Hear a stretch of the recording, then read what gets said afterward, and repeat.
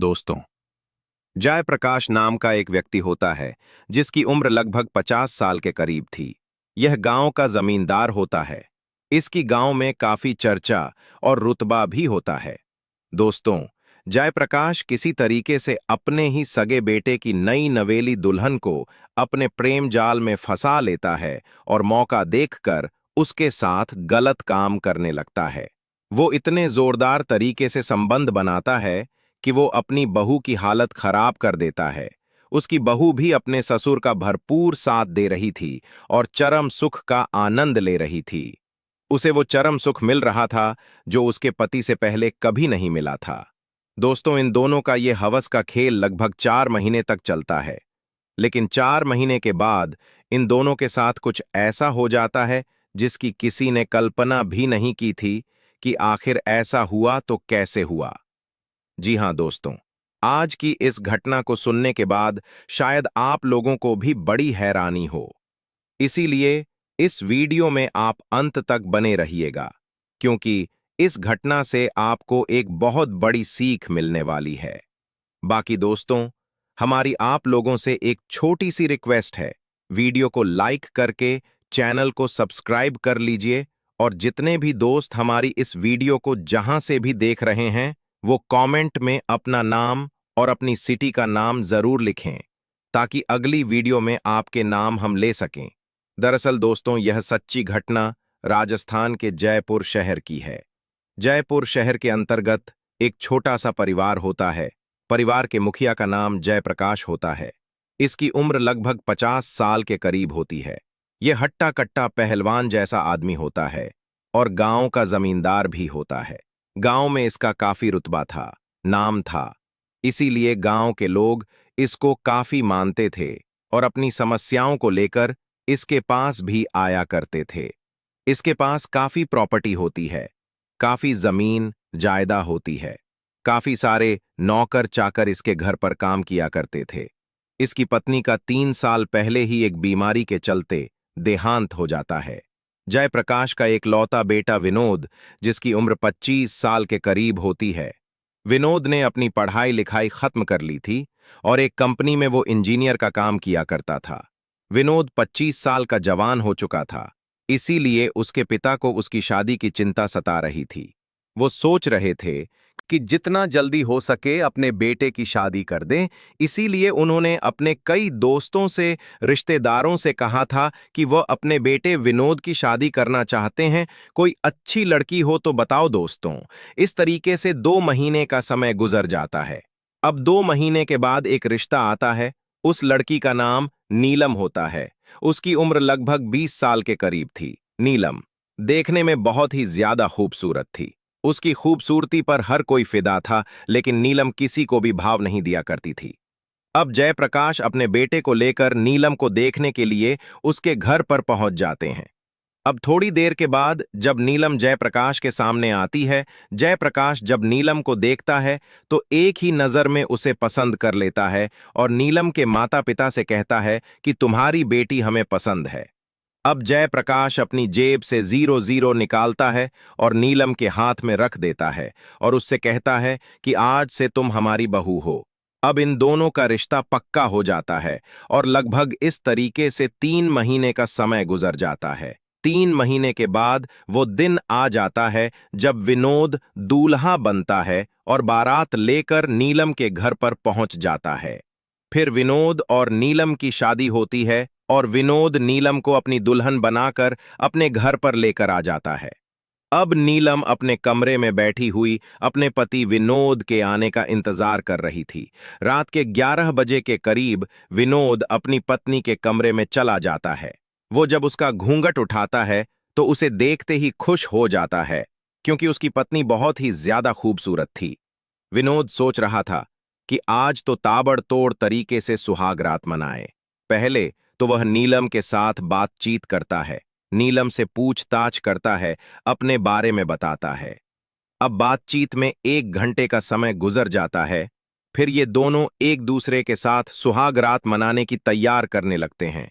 फिर विनोद जब नीलम के साथ सुहाग रात मनाता है तो 2 मिनट के अंदर ही वह डिस्चार्ज हो जाता है और सो जाता है। अब नीलम सोच रही थी कि वह तो इस रात को एक यादगार रात बनाना चाहती थी, लेकिन मेरे पति ने तो मेरा साथ ही नहीं दिया है। अब वो ये भी सोच रही थी कि पहली पहली रात है इंसान के अंदर, पहली रात में डर होता है, कहीं इसी वजह से तो 2 मिनट के अंदर डिस्चार्ज नहीं हो गया है, जिस वजह से उसने मेरा साथ नहीं दिया। अब नीलम इसी सोच विचार में सो जाती है और अगली रात के आने का इंतजार करने लगती है। फिर अगली रात जब आती है तो रात के 9 बजे के करीब नीलम अपने कमरे में बैठी हुई अपने पति के आने का इंतजार कर रही थी। फिर 9 बजे के करीब विनोद नीलम के कमरे में जाता है और जाकर सोने लगता है। फिर नीलम उससे कहती है कि तुम सो रहे हो, मैं चाहती हूं कि तुम मुझसे प्यार करो, मेरी ख्वाहिश को पूरा करो। कल हमारी सुहाग रात थी, मैं चाहती थी कि इस रात को हम एक यादगार रात बनाएंगे, लेकिन तुमने मेरा साथ नहीं दिया और 2 मिनट के अंदर ही डिस्चार्ज होकर तुम सो गए। आखिर मेरी भी कुछ ख्वाहिशें हैं, मेरी भी शारीरिक जरूरतें हैं। अगर तुम ये सब पूरी नहीं करोगे तो फिर कौन करेगा?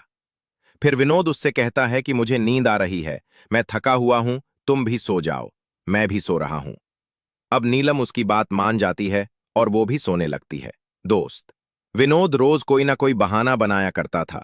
वो नीलम से कहता था कि कभी मुझे नींद आ रही है, कभी मैं थका हुआ हूं, कभी मेरी तबीयत खराब है। अब इस तरीके से 7 दिन का समय गुजर जाता है। एक दिन रात के 10 बजे के करीब नीलम विनोद से लड़ने लगती है।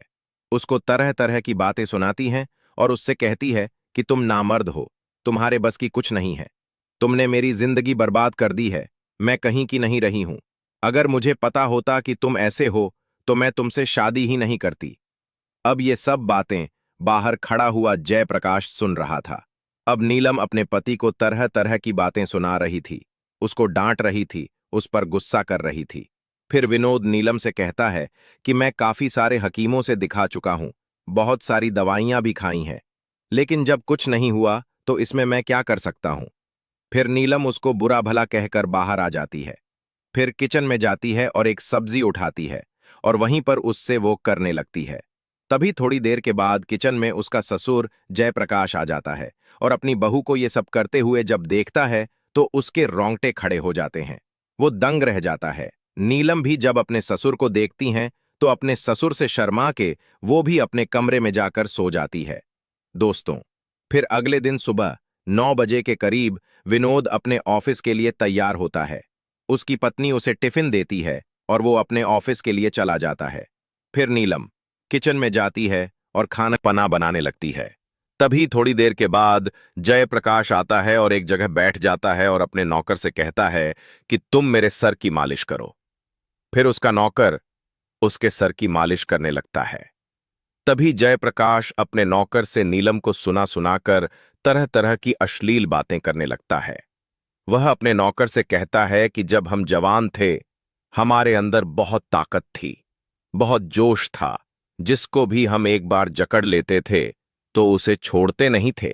जिसकी भी हमने ख्वाहिश पूरी करते थे, वह बार बार अपनी ख्वाहिश पूरी करने के लिए आया करती थी। नीलम जब अपने ससुर की इस तरह की बातें सुनती है तो वह हंसने लगती है। तभी थोड़ी देर के बाद जयप्रकाश अपने नौकर से कहता है कि तुम थैला उठाओ और मार्केट चले जाओ और मार्केट से कुछ सब्जियां लेकर आ जाओ। फिर उसका नौकर मार्केट चला जाता है। तभी थोड़ी देर के बाद जयप्रकाश अपनी बहू नीलम से कहता है कि बहू, मेरे सर में थोड़ा दर्द हो रहा है, तुम मेरे सर की मालिश कर दो। फिर नीलम अपने ससुर के पास आती है और तेल से अपने ससुर के सर की मालिश करने लगती है। जयप्रकाश को काफी आनंद आ रहा था, उसे काफी उत्तेजना हो रही थी। वह धीरे धीरे करके नीलम के नजदीक आ रहा था और नीलम भी उसका कोई विरोध नहीं कर रही थी। अब जयप्रकाश का हिम्मत बढ़ चुका था और एक ही झटके में अपनी बहू को अपने आगोश में ले लेता है, उसे बाहों में भर लेता है और उसे गोद में उठाकर बेडरूम में लेकर चला जाता है। अच्छा, नीलम तो चाहती थी कि उसका ससुर उसके साथ कुछ करें, इसीलिए नीलम कोई विरोध नहीं कर रही थी। अब बेडरूम में जाकर इन दोनों का हवस का खेल चालू हो जाता है। अब इस तरीके से दोस्तों, जब 2 घंटे गुजर जाते हैं तो फिर यह दोनों अलग हो जाते हैं। अब इन दोनों को जब भी मौका मिलता था, यह एक दूसरे के साथ इसी तरीके से गलत काम किया करते थे। दोस्तों, अब नीलम को अपने ससुर से संबंध बनाते बनाते लगभग 4 महीने का समय गुजर जाता है। 4 महीने के बाद एक दिन नीलम की तबीयत खराब हो जाती है। उसकी तबीयत इतनी खराब होती है कि उसे उल्टियां लगने लगती हैं और उल्टियां रुकने का नाम नहीं लेती है। तभी उसके पास उसका पति विनोद आता है और अपनी पत्नी से कहता है कि तुम ठीक हो, तुम्हारी तबीयत तो ठीक है। फिर नीलम उससे कहती है कि मेरी तबीयत खराब है और मुझे दवाई की जरूरत है।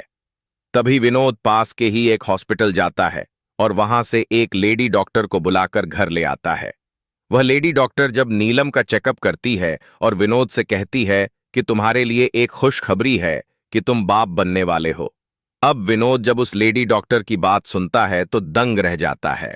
उसके होश उड़ जाते हैं और यह सोचने लगता है कि मैं तो अपनी पत्नी के साथ कुछ किया ही नहीं है, तो वह प्रेग्नेंट कैसे हो सकती है।